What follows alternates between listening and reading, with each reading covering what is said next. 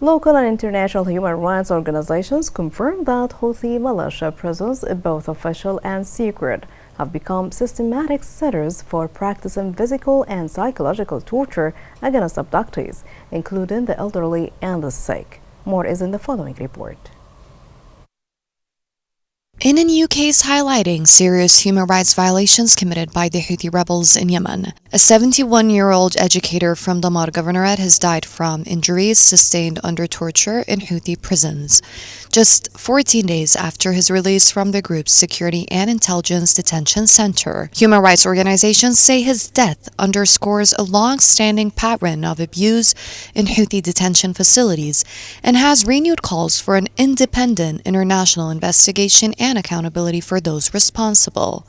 The Equality for Rights and Freedoms organization stated that the man was abducted on October 28 and later released in critical condition. According to the organization, initial findings indicate that his death resulted from torture, particularly given that he suffered from paralysis and severe visual impairment during his detention. Local and international rights groups report that Houthi-run prisons, both official and secret, have become sites of systematic physical and psychological abuse, including beatings, electric shocks, and denial of medical care. In a related development, the Yemeni Network for Rights and Freedoms condemned the abduction and enforced disappearance of academic Ashwaq Suleiman from her home in Sana'a. The network reported that the Houthi group stormed her residence in late November 2025, accompanied by female members known as the Zainabiyat, and took her to an unknown disclosed location without legal justification.